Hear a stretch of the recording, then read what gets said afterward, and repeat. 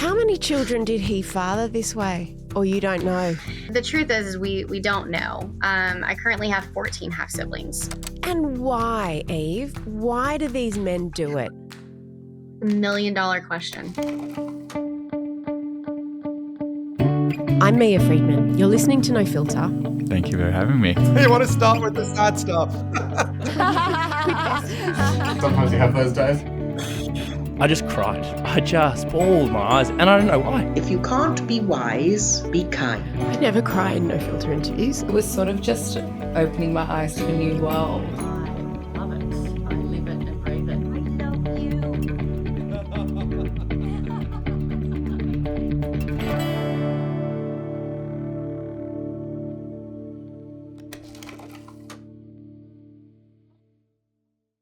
Eve, you were 7 when your father died. How old were you when you discovered that he wasn't actually your biological father? I was 16 years old when I was going through my mom's emails, and she was a school nurse at my school. And so I kind of had this little habit where I would go into her emails and I would find all the juicy gossip on my cohort. And, or if it, maybe a teacher sent an email that like I had a bad grade or something, it was management for myself is what it was. And that's when I found the emails of my mom emailing California Cryobank, and I saw my birth date on it. And my first thought was, I'm from a small town. My grandpa has cows, that my mom was doing something for like artificial insemination for the bulls. That wouldn't have been most people's first thought, but I see why that was relevant for you. It was very relevant, but as soon as I saw my birth date, I knew in that exact moment that that I was the juicy gossip within the cohort. So that's when I found out that I was donor conceived. When someone finds something, life-changing via snooping, there is a dilemma because you've got to admit to the snooping to be able to confront the person about the thing you've discovered. What did you do next? It was late at night. What I did exactly was I ended up playing Sims and creating a lot of babies in my Sims game. Interesting. Kind of playing it out there. But I went to bed and I woke up the next morning and my mom was in the bathroom getting ready, and I just barged in and I was like, "Mom, I know that Doug isn't my dad." And I just remember her looking at me in the reflection of the mirror and just turning around. She's like, "What are you talking about?" And she starts bawling. And at the time, at this I was just a naive 16-year-old, I was excited. For me, I didn't understand the complexities of donor conception, in a social sense, but also in an ethical sense. For me, I was like, I still have, a dad. I probably have half siblings. And so I was very Pollyanna about this. And that's how I kind of confronted her. And she did a really good job of, Eve, you were 7 when your dad died. And they told us not to ever tell you, and it wasn't going to be important. And she brought out this green folder, and it was every printout from an email that she had ever spoken to anyone on Yahoo Messenger boards, not to date myself. It was before Facebook. And her medical records and, all of the things to where she really was creating this breadcrumb trail for me. And for me, that was really meaningful because I could actually see at that point that she really was going to tell me. She just didn't know how to tell me. I imagine there were lots of different feelings. You say you were quite Pollyanna about it, but I imagine you losing Doug, who you thought was your father, essentially your stepfather, at age 7. That must have been pretty traumatic for you at that age. Did it feel a little bit like a new phase of grief in terms of losing him again at 16? I don't know if at 16 I could wrap my head around that part. There definitely was a lot of grief, and there was a level of trauma of not having, that father figure growing up, right, eventually. But for me, I think it was just trying to look at it in more of a positive sense. Now, remember at this time, I was not aware that, someone could tell me like the donor could be like, "No, I don't want to have contact with you," because in my head, that was never a thing. It wasn't until later where I started to realize that, the social constructs of this could be very different. with that new information, I think that there was, a sense of hesitancy on my part and fear that that I may be rejected. And so it did kind of like snowball into other types of feelings. But in that morning, in that moment, I was excited, but completely naive and completely unaware of what it even meant. Because I guess in a way you lost Doug again, but then also your father was alive again because you hadn't even met him and he was out there somewhere. Right. What a lot of emotions. It is. And it's I think it's one of those times too where, I was having opposite feelings about something. I was excited, but to your point, there was a level of grief. But then, growing up in my nuclear family, I was this blonde hair, blue, green-eyed little girl. My little sister, who was 14 months younger than me, had this olive skin complexion, dark brown hair, dark brown eyes. I looked like no one in my family. There was no familiarity. And so I was constantly teased for being adopted. And so there is something called the thought unknown, where I always knew there was a secret. I just didn't know that I was the secret until then. So then being able to justify and everything makes sense, to have an actual reason for it instead of wondering what it was. Was your sister the biological child of Doug and your mum? She was. When my parents initially went to their fertility doctor, my dad had varicose veins around his testes. And so the recommendation was to get a surgery to get those taken care of. So he did. And but they still weren't getting pregnant. So then the next step was to do artificial insemination by an anonymous sperm donor. When I was born, my parents were pregnant 4 months later. And so it could be that maybe there just wasn't enough time after the surgery, the reversal of the surgery. So she is the biological child of my dad, Doug. So how did things feel between you and her, learning that you were not actually you were half sisters, you had different fathers? This one caught me by surprise. I didn't think that it would impact her. And that was just, me being short-sighted. But when we sat my sister down and we told her, she started crying. And the only thing she said before she ran out of the room was, well, at least you have a dad. And that was it. And that hurt, because then it was like, man, now I feel guilt and wow, this is getting really complicated. And there wasn't a book for me to go read. There wasn't a blog yet. There wasn't anyone that I even knew that was donor conceived, except for the cows at my grandpa's house. And so I didn't have a North Star to be able to have some sort of expectations of how this should go and how this could go. Even when I called California Cryobank, at this time, no one had made a connection with their donor. So they didn't really have any good information for me either on how to proceed with this. So it was very lonely. And then it became a thing of, well, I don't want to talk about this in front of my sister because it'll make her sad, which only reinforced that loneliness. In Australia, there are laws that came in a few decades ago, I think, that sperm donors could only be anonymous up until the age of any donor children that had been conceived were 18, and then those children had a legal right to find them. What are the laws? I imagine it probably differs state by state, but did you know that you would be able to find the identity of your donor, or was that tricky? It was tricky because it is literally the wild, wild west here in good old US of A.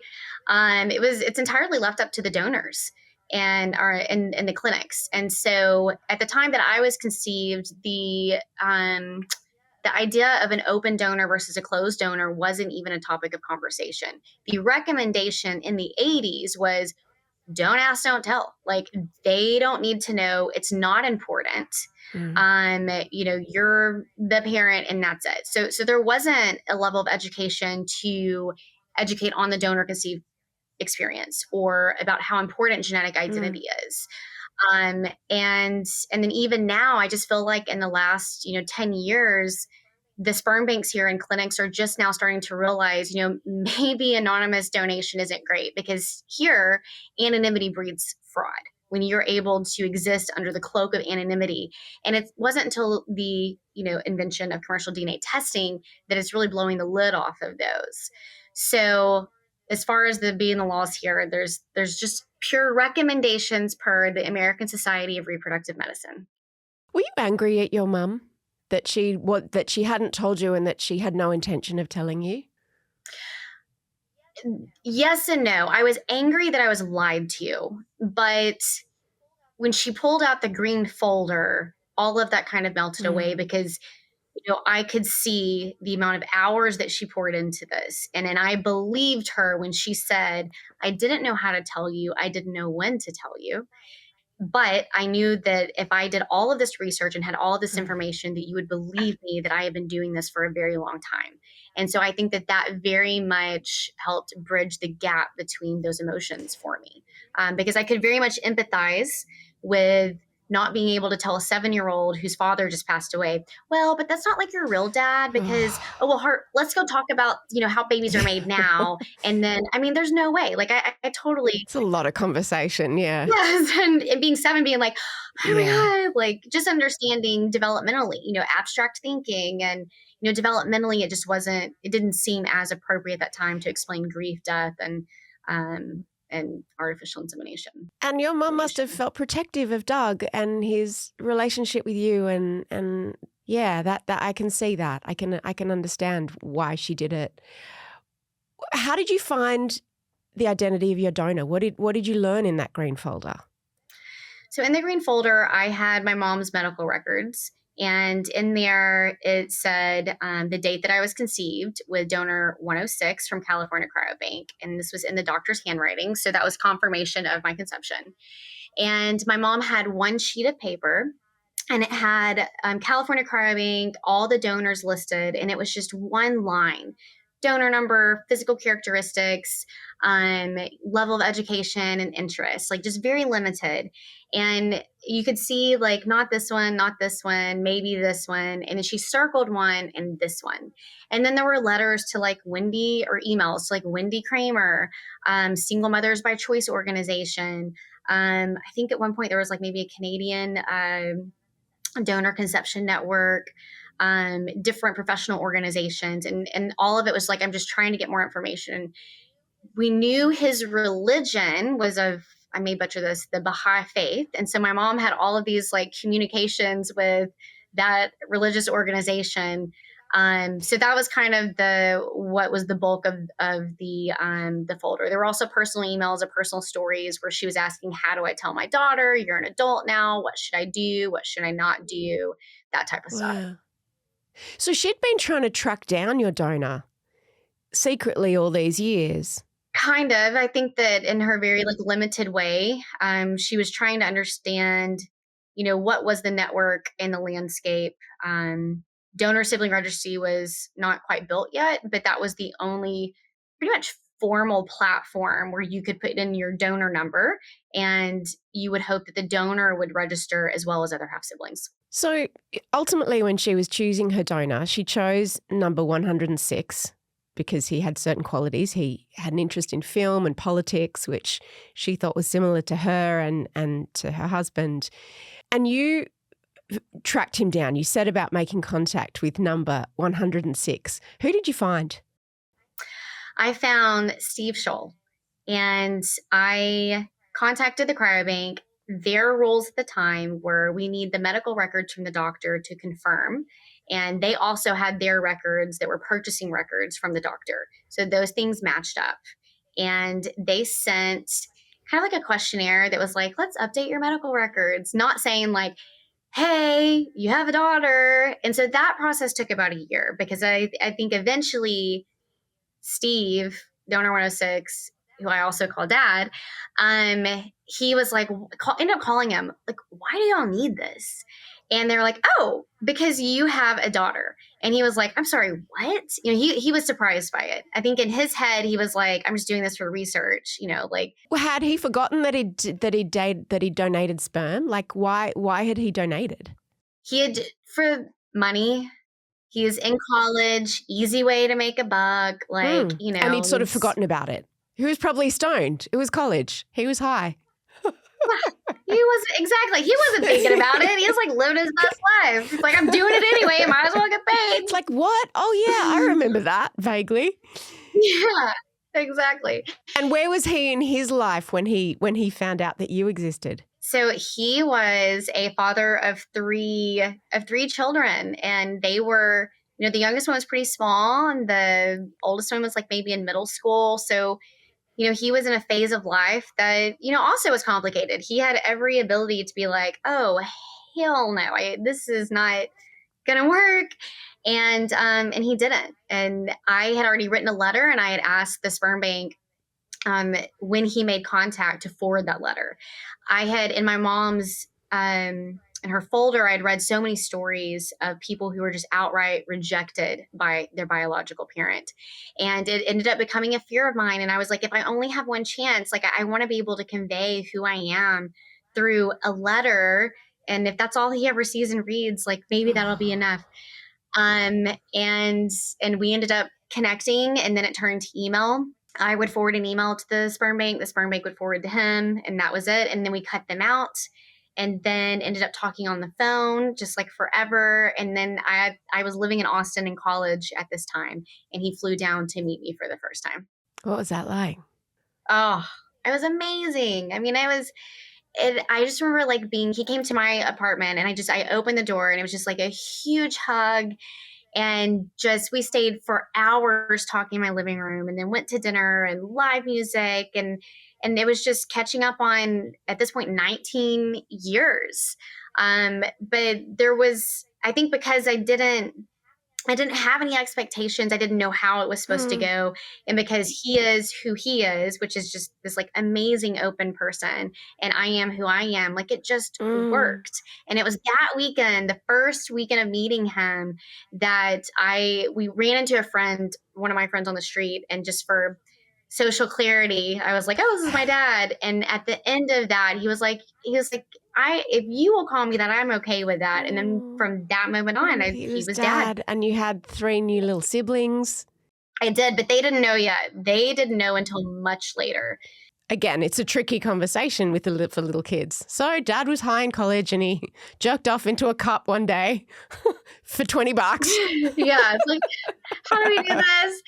But for him, it was also, he had to tell his wife, and then I don't know if it ever really came up, like, while they were dating, it never really came up. So he had to tell her, and I totally get this, as a mother of 3 myself, I would be pretty protective too. So I really understood her desire to not want to tell the kids right away. And so it took multiple years for them to disclose me to them.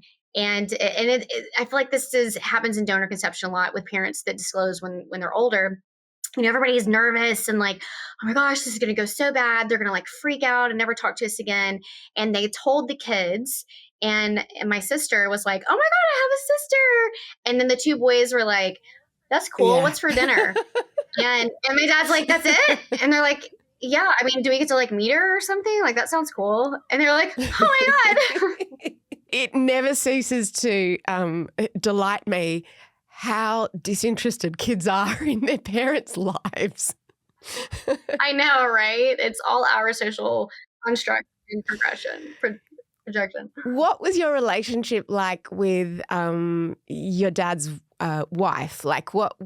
Because I totally, and I imagine you have this experience as well with the work that you do, meeting a lot of donor kids. The relationship with the partner of the donor must be often fraught, is it? I think in this instance, like I could recognize the level of protectiveness, and I was really leaning on dad to kind of facilitate that relationship, because I didn't want, obviously, to push, but I think that they did a really good job of keeping it separate. I didn't really get to have a lot of interaction with her until my wedding. And then I think that really kind of changed our relationship from there. But we really didn't have a lot of interface. Geographically, we lived in different parts of the country. So it was really it was always quite an effort to visit on either one of our parts. Your relationship with your dad progressed, as you say, he officiated at your wedding. He did. And so you stayed in touch over the next few years. The next installment of this story and the plot twist comes when you go on to have children of your own, and your son becomes sick. What happened to him? So my oldest, who is, I can't believe it, like 10, just crazy to me. When he was a baby, he was vomiting a lot, and he wasn't eating real food, and there were all of these things that all of our doctors were like, these allergies, and no one could really figure out what it is. And so at about 3 years old, 3 years of all of that, I was like, we got to do something different. And so they recommended looking in more into like genetics. And so I was working with this functional medicine doctor, and he was like, let's get some info on your DNA. The easiest way to do that is, at the time, was the commercial DNA test 23andMe plus Health. And he'd get what was called raw data. So we did that. And he called back and he said, hey, Eve, it's celiac disease. And I was like, what? I had no idea what celiac disease was. I had no idea what an autoimmune disorder was. And he's like, yeah, that's what it is. And it's coming from you. And I was like, what are you talking about? And so then he's like, you need to go get better family history from, your biological father and biological mother. And so I'm in my family, like, who has these stomach issues and celiac and allergies? No one. Because it's hereditary. Yeah. Yeah, it's hereditary. So, but the bigger thing at the time was like, okay, now we know a diagnosis is a prognosis, right? And so I was so focused on just making my son healthy. The second part of this is that there's an ancestry component to the commercial DNA testing. And I don't know if you're familiar with the platforms, but a lot of my DNA connections were saying things like close family to first cousins. And so I wasn't really thinking half sibling, because I guess I just assumed it was a perfect science and would say half sibling. So it was one of those like 23andMe or Ancestry.com that you do the test and then they show you who all your relatives might be. Right. Those who have also taken the test and so like have a big matched database. you. Yeah, it's exactly what it is. And I knew from talking with California Cryobank that that dad was a popular sperm donor, but they had told me that I was one of the older ones. So I wasn't, I was like, sure, I'm sure this will be happening, but it was still newer at this time. This was like 2018. And so, you just don't know what you don't know. So we go on vacation and my mom is actually with me, and she's like, hey, Eve, I actually think those are your half siblings. Like, look at like the degree in which you're related, and it could be like a different, each number is for something different. And so then I was like, oh my gosh. So then I'm like, on social media, and I'm sending them messages through the platform, and I connected with one, and bless his sweet little heart, he is from my area where I grew up. And he was like, no, I know who, our dad is. And I was like, no, that's the doctor. That's our mom's doctor that did the insemination. Steve, donor 106 from Oregon. He's our biological father, but I don't want to project my story onto you guys. So I'm going to have him do that DNA test, and then you guys can figure out if y'all want a relationship. And honestly, I just thought he was, love you, Andrew, but a redneck that just wasn't very smart. And so that was that one. And then I kept going down, the list of connecting with my siblings. And then I came up with one who wasn't on social media, but I found him on LinkedIn, and it was late at night. And I messaged him and was like, hey, are you the Adam on 23andMe? And he's like, yes. I was like, well, I need to talk to you. And he's like, well, I think it'd be kind of hard to explain to my wife why I need to get out of bed to call another woman. I was like, no, totally get that. I just think I'm like your half sibling. So just call me tomorrow. And my phone immediately rang, and he's like, okay, you have my attention. So, impulsivity was not my defining feature of that night.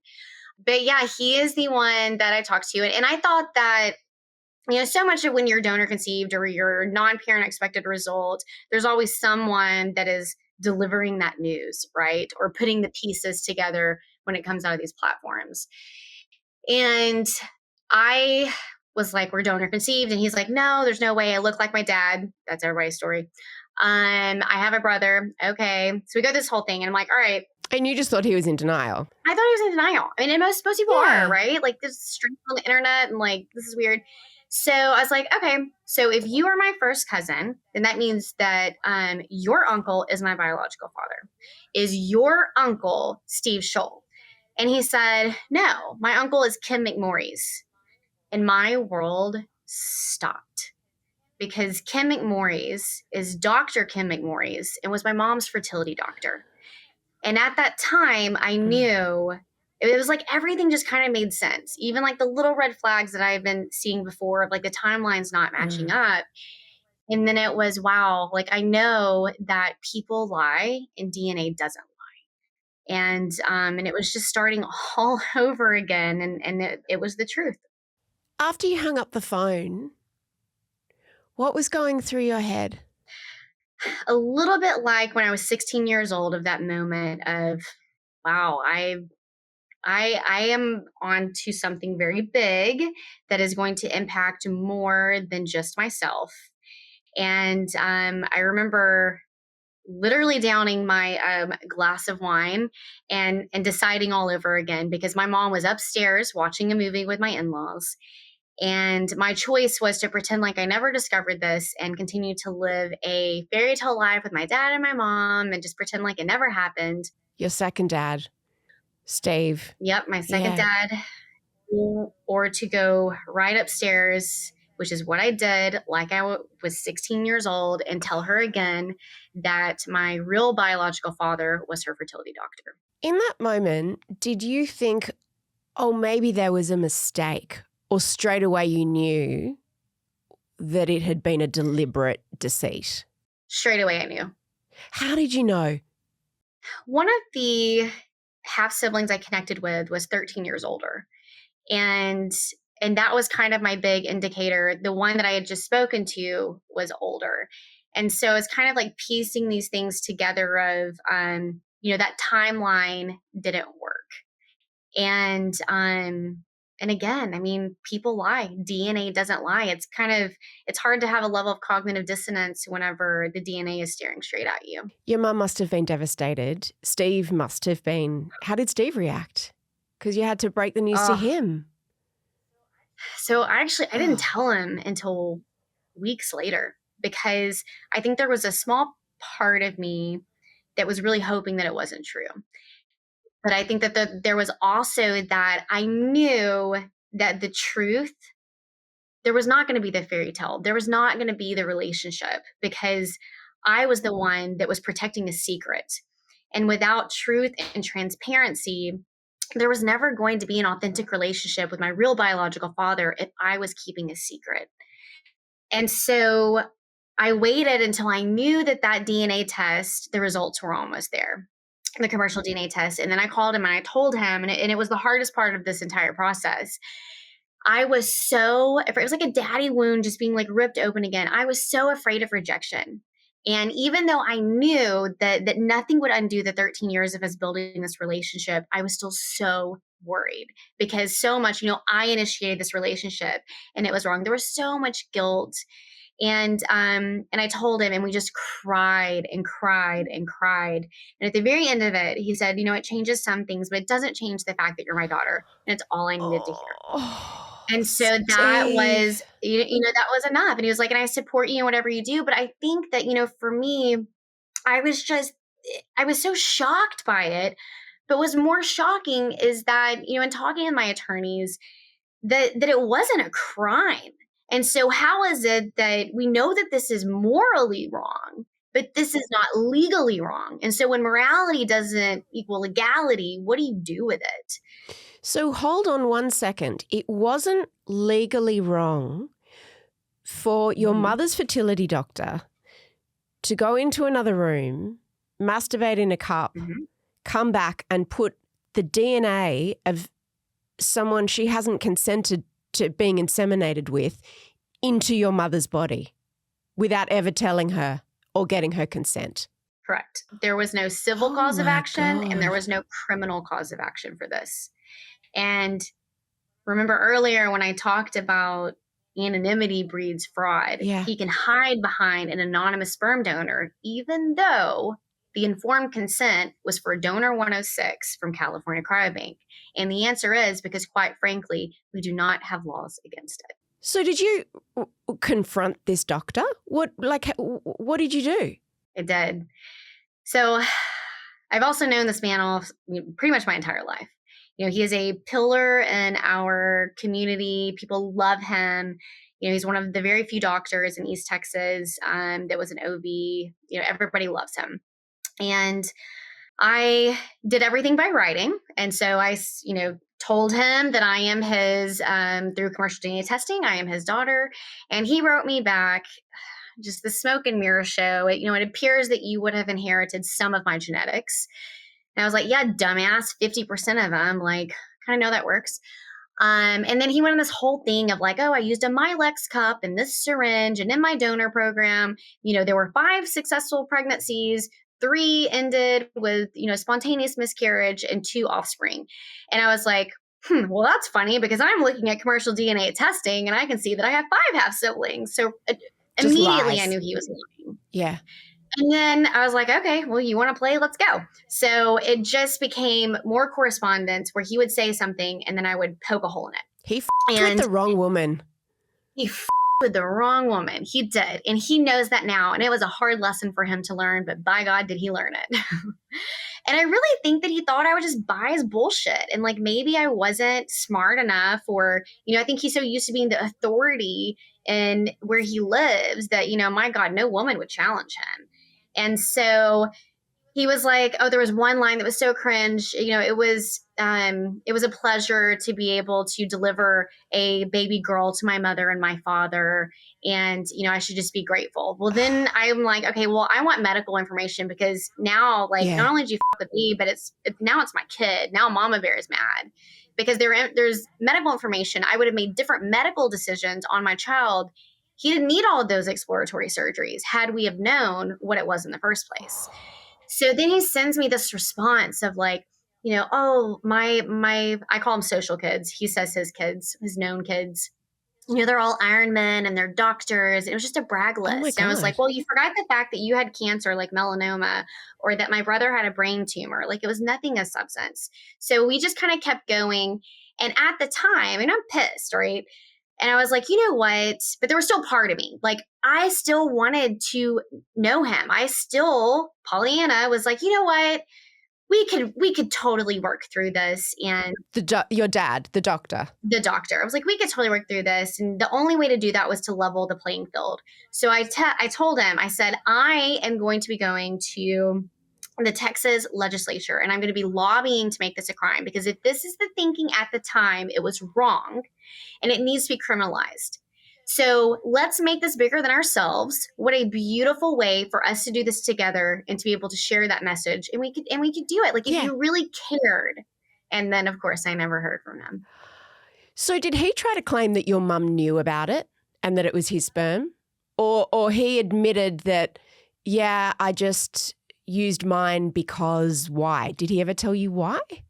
So he said that he was mixing it. And he said that he was a sperm donor when he was in college. So that would have been about 12, 13 years before I was conceived. And so he went to his former medical school and he got his old dusty ass sperm vials, drove them to his clinic in East Texas. And that is what he used because donor 106 wasn't performing like it should have been. How many children did he father this way? Or you don't know? The truth is we don't know. I currently have 14 half siblings. 3 of those are his social children. When you say social children, you mean children that he conceived with his partner? Correct. That are known socially as his.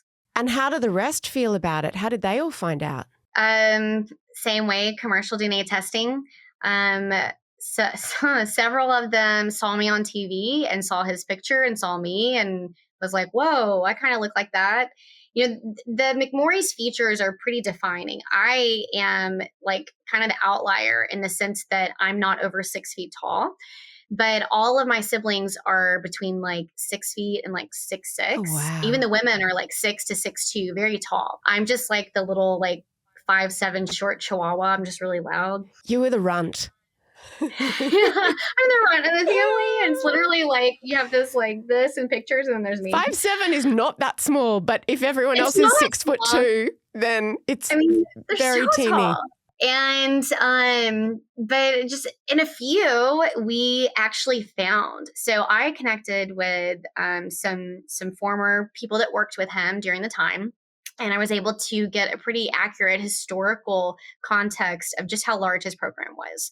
So he was seeing between 50 to 60 women a day, and they couldn't determine the percentage of those that were infertility patients, but they said that it was a lot. One of them found out what he was doing and quit. And so, yeah, they kind of pieced together a lot of it. I went through yearbooks in the area and, like I said, defining features. And then people would send me names like, hey, this person kind of looks like you. And that's how we found several of them, is me reaching out to them saying, this is kind of weird, but I think you may be my sibling. Can I send you a DNA test? And so that's what I ultimately did.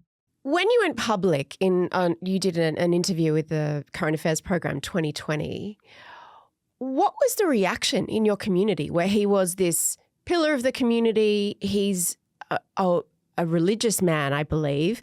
Very religious. Did he stop practicing? Was he shunned? What happened? His preacher called me. That was the first thing that happened. Wow. No, he wasn't. There was a big service where, he was just doing the Lord's work, and I should just be grateful because I have his wonderful genetics and I have a duty to honor my mother and my father, except that only fits in that context because also you said you're not my father. And I was the devil. I was the one that was spitting in the eye of the proverbial monster, and his tribe circled around him to protect him. And he was just doing the Lord's work. And that was it. And it was honestly the most disappointing thing to see my community come out and support this man in that capacity, when not only do you have evidence of it, I am the evidence, but for people to actually tell me that I should just be grateful to be alive, and me to continuously say over and over again, I am not talking about being grateful to be alive. I am talking about the deception around my conception. And that's what happens so much, is people just immediately go to the end result, and they want that silver lining and that projection of their uncomfortableness back onto me. But most of the community, I would say 90%, was behind him. He did not retire. He continued to practice very successfully with my half brother. And I ended up filing a medical board complaint. And it took the Texas Medical Board years to even hear this complaint. And they ultimately, and of course, everybody blames COVID for everything, they ultimately ended up voting to take his license. He immediately filed a restraining order against the medical board and a lawsuit. And the lawsuit stated that that they did not have jurisdiction to revoke his license because of a statute of limitation under standard level of care. The medical board and the attorney general were saying that this is not standard level of care. This is unethical conduct and behavior, which does not carry a 7-year statute of limitations. And so the judge is not going to hear details of the case. All they are deciding is whether the medical board has jurisdiction to do this or not. It is still in the court system. He has lost twice, but he keeps appealing it. So it will go up to the Supreme Court of Texas. They will send it back down to the 13th Court of Appeal. And that judge has already told him from day one that her ruling still stands. And it is a very expensive and long journey for him to get his license revoked. So at this point, his only accountability is attorney fees. So he's still practicing? He has since retired within the last year, but it's a forced early retirement for a 70-something-year-old man. His license is intact. Wow. Of your other siblings and their mothers who were all deceived, were they as pissed as you, or did they want you to let it go? Both. So it's interesting in my sibling pod, I feel like we kind of have this difference between the females and the males. And so most of the males are like, whatever, like, it could have been, this is so rude, but like, could have been like the janitor or someone off the street. I'm glad to, yeah, it's gross the way they say it.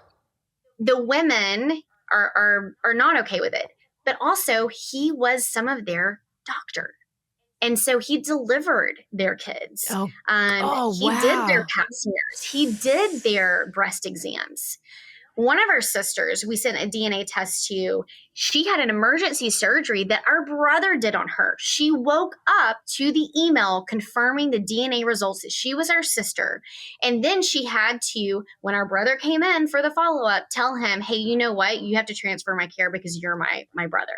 So one of your brothers is a doctor? With my biological father. He took over the practice. So, for them, like, is that one of his social kids? That's one of his social kids. For them, they obviously feel very strongly about it. But then also they are living in that community that supports him. So they are not known because of the social implications that it has. And to have that level of feedback all of the time is difficult for them. But then you also have the different dynamics that's in their nuclear family. For them, they have the infertile recipient parent who is still alive. So they are also protective of that relationship. So they don't want to socially come out and say that not only they're donor deceived, but to reveal the secret of infertility of their fathers. So there's, it's a real spectrum of different situations and different emotions and different probably points on that journey of understanding and acceptance. I like that you just went straight to rage. It's such a mood. Yeah. Oh, yes. No, it was like, it. The place that I obviously learned about you and even this idea of fertility fraud is from the Netflix documentary, The Man with 1,000 Children. Can you briefly, for people who haven't seen that, because when things changed for another group of women who'd been the victim of fertility fraud, they found you and you really helped them bring this person to justice. Can you tell the story of Jonathan Mayer? So I guess I should preface it with how they found me. I have been a part of changing 11 of the 13 state laws in the United States that criminalize and offer civil causes of actions for fertility fraud. And so there was this lovely Australian couple who read an article about me. And so they connected with me and then got me connected with the other moms. And that was, I believe, at the end of 2019, maybe early 2020. And they just wanted information of, what can we do? What is the legal landscape? Is there something we can do? Because they had also been deceived. They had also been deceived by a serial sperm donor. And so Jonathan had infiltrated one of the largest sperm banks and 11 of the sperm banks. And he was also donating on the private market and doing freelance. And so, they were having hundreds of half siblings and they just wanted him to stop. And why did they want him to stop? Can you explain the danger with this unregulation and fertility fraud? What's the danger? For them in particular is the biodiversity concern. What happens when you don't know that you're donor conceived and you go and you hook up with a half sibling and the level of accidental incest? That is the concern, especially when you're working in a demographic like mainly the Netherlands, where it's smaller and you're more populous with his children and they don't know. And how many children had he fathered in the Netherlands, for example? I don't remember exactly what it was in the Netherlands. But it was like hundreds. It was like close to hundreds. And it was up to 1,000 all over the world, maybe more.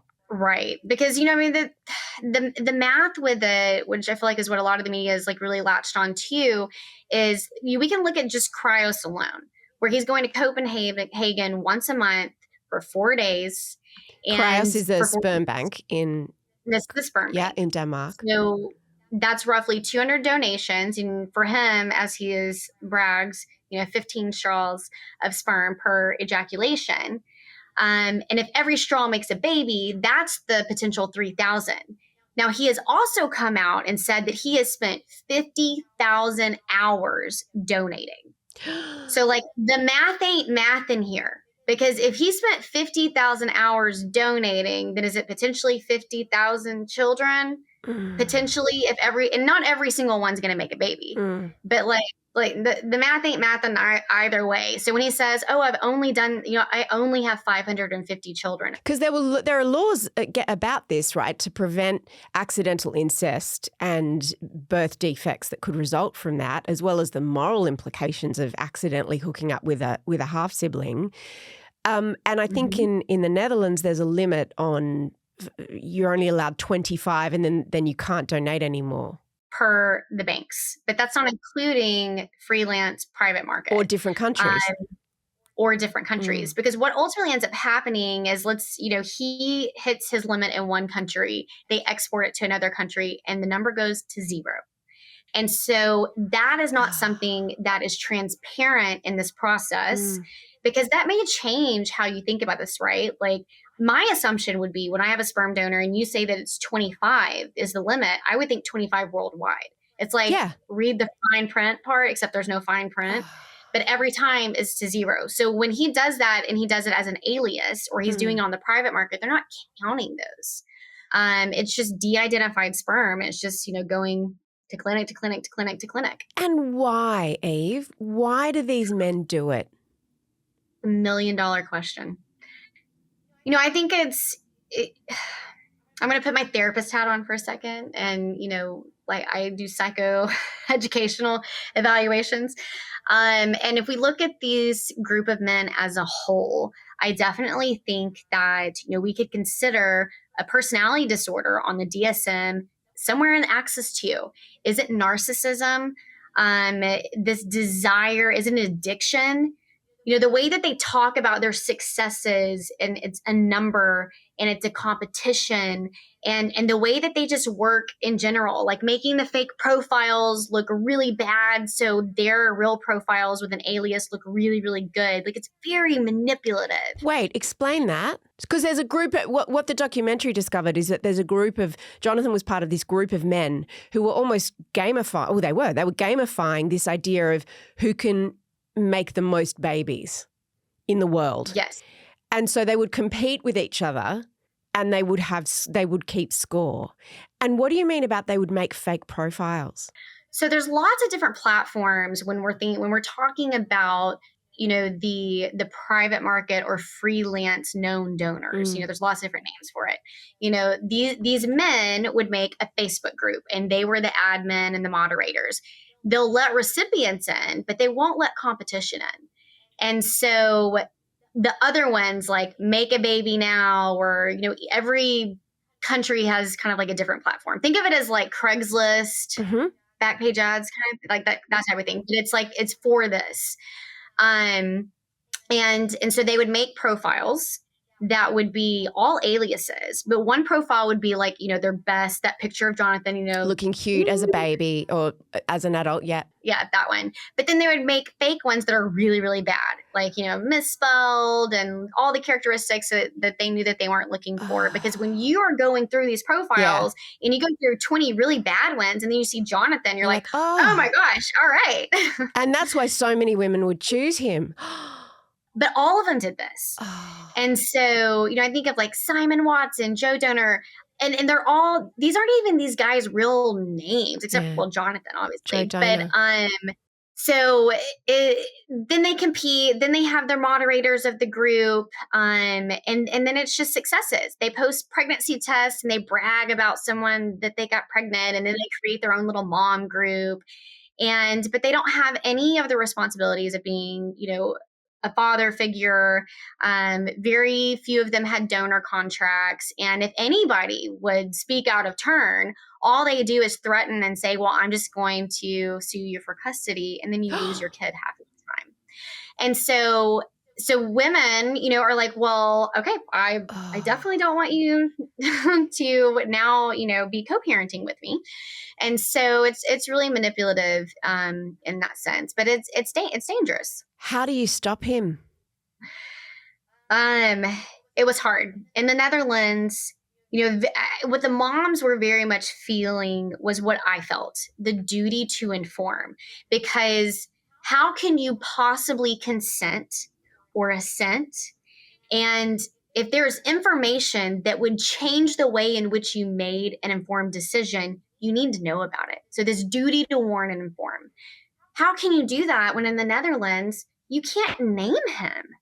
It was just Dutch donor, Dutch donor, Dutch donor. Why couldn't he be named? Because that's part of their some policy. Like, you can't out them in the media for some reason. So how can anyone avoid using him again if they don't know his name? And wow. You cannot make an informed decision because no one's going to think, oh, let me Google Dutch donor. Well, which Dutch donor? And also, how do you make a law in one country that applies to every country? And the answer is you don't. So for us, the very first thing was, and this was my experience with everything, what do you do when you are existing in a legal landscape that has literally nothing? You don't have sperm banks that are required to talk to each other. Every country is so different. You have some countries that really have this buttoned up. But because of their stricter laws, it actually pushes people to go underground to these known donors and makes them, more susceptible to the predatory behavior of these serial donors just out of necessity, right? Then you have the wild, wild west, like us in America, where it's like, what laws? So my first thing was, we got to start really small. And the first thing that we can do to meet the first goal is to get his name out there. So that was, let's talk to the New York Times and you guys come forward, because in America, you can name him. And that's what we did. As soon as he was named, then he was linked with all of, Dutch donor, and it was all put together. And then notifying Cryos International and hoping that they could somehow remove all of his straws that they had sent all over the world. So that was the first part. The second part was the moms had been working with DonorKind in the Netherlands since like 2017, which is an organization there. And the moms ended up coming up with this group called Moms on a Mission. And that was kind of like, our mission. And, having all of these pieces fit together to figure out how to stop him. So the brave moms took him to court and he represented himself. And basically the argument was like, listen, it's kind of like a danger to society at this point. Like he has this amount of kids that we know of. Our kids go to school together. They live we're neighbors all the time. Like this is wild. So he comes in and like you see in the documentary, the story, like, judge, you don't understand. It's a new concept. Like they just need a special symbol to be branded next to their name. And like, my children are so smart. Like they won't hook up with each other, blah, blah, blah. I mean, he just ran his mouth like an idiot. And that was chilling when he said they should be marked on social media. Yep. That it would be like this pride thing. Like a verification. Yeah, exactly. It's a new concept. Oh my God. So he's like a cult leader, but it's also eugenics. It's terrifying. It is terrifying. And then he has years of these YouTube videos of like him basically seems like he's like parenting his children. Talking about his philosophies on everything from politics to the environment to being anti-woke to listening to your ancestors and being grateful to your biological parents. Brainwashing. Yes, all of it. It is brainwashing. It is very cult-like, right? And the judge was selling bullshit, but she wasn't buying. And so she was like, you do this again and you're going to get fined 100,000 euro is what it was. Per donation. Yes, per donation. And she's like, my favorite part was when, he's like, what? I'm a good father. Like I show up at birthdays. I show up at this. And she's like, it's not possible for you to attend every graduation and every birthday and every like when you have this many children. When you have hundreds and hundreds or thousands and thousands of children. I mean, the reality is like he's only going to admit to what we know, right? And it's just like my biological father. Like he only admitted to what I said. And so it's like every time a new one comes up, it's going to keep going and keep climbing and keep climbing and keep climbing. And we saw this with the Netflix documentary, Our Father, where the number of those half siblings from Donald Klein kept climbing and climbing after the duty to inform and warn had been out there. And people recognized, oh my God, I think that I may have been victimized too. And that is exactly what we will be seeing. What's Jonathan doing now? What's happened since the documentary came out? Do you know? Is he still trying to donate? I can't imagine he'd just go, oh, okay, I'll stop. Who knows? Well, I mean, he has been giving me some shout outs on his YouTube channel. He thinks I am I'm the mastermind. So, you know, I'll put on my best Taylor Swift outfit. I'll take and that. I'll Yeah. that crown. And then, you know, he's threatening a lawsuit for slander and he's spiraling is what I think. He had an opportunity to participate and to, you know, give his side of the story, but he didn't. So I think he's just sitting in the woods making YouTube videos right now. That's all from what I can see. Karma is my boyfriend. Yeah, exactly. That's right. Eve, you are a warrior for women. I wanted to ask you one more question, which is, when I was watching you and the other donor-conceived people by fraud, is that what you call them? Yeah, donor-deceived. Donor-deceived people fighting, going to Capitol Hill, trying to get national legislation, trying to get people to understand what this medical rape is essentially, women being impregnated with sperm without their consent or being defrauded. You're essentially arguing against your own existence. And I imagine a lot of people use that as a way to try and shut you up, like the preacher did, and those people in your community. How do you feel about that? How do you reconcile that? Well, usually what I say is basically what I said earlier is I am not talking about being grateful to be alive or my existence in general. Or wishing you'd never been born. I wish I would never been born. I'm not debating the facts of that. I am talking about the deception around conception, the lack of enforcing informed consent, and how in this particular instance, morality does not equate legality. And so separating those two things, I think, are very important because it is very easy to conflate those two things. Because, you know, what is it? Like the end to the means to the end, Yeah. right? Yeah. Like it's hard to not be able to look at that and say, but you're here. And I am so grateful to be alive, but I can have opposite feelings about this and hold space for that. I'm grateful to be alive, but I am very upset about the deception around my conception. And if I truly believe that we need to leave this world better than we found it, I need to find the purpose in my pain, and I need to do it not only for the rest of the people and the women who have been deceived, but also, you know, at a very basic level, just to be an example for my girls, that it's not always the tragedy that happens to you, it's what you do with it. And that is empowerment. What a note to end on. You're amazing.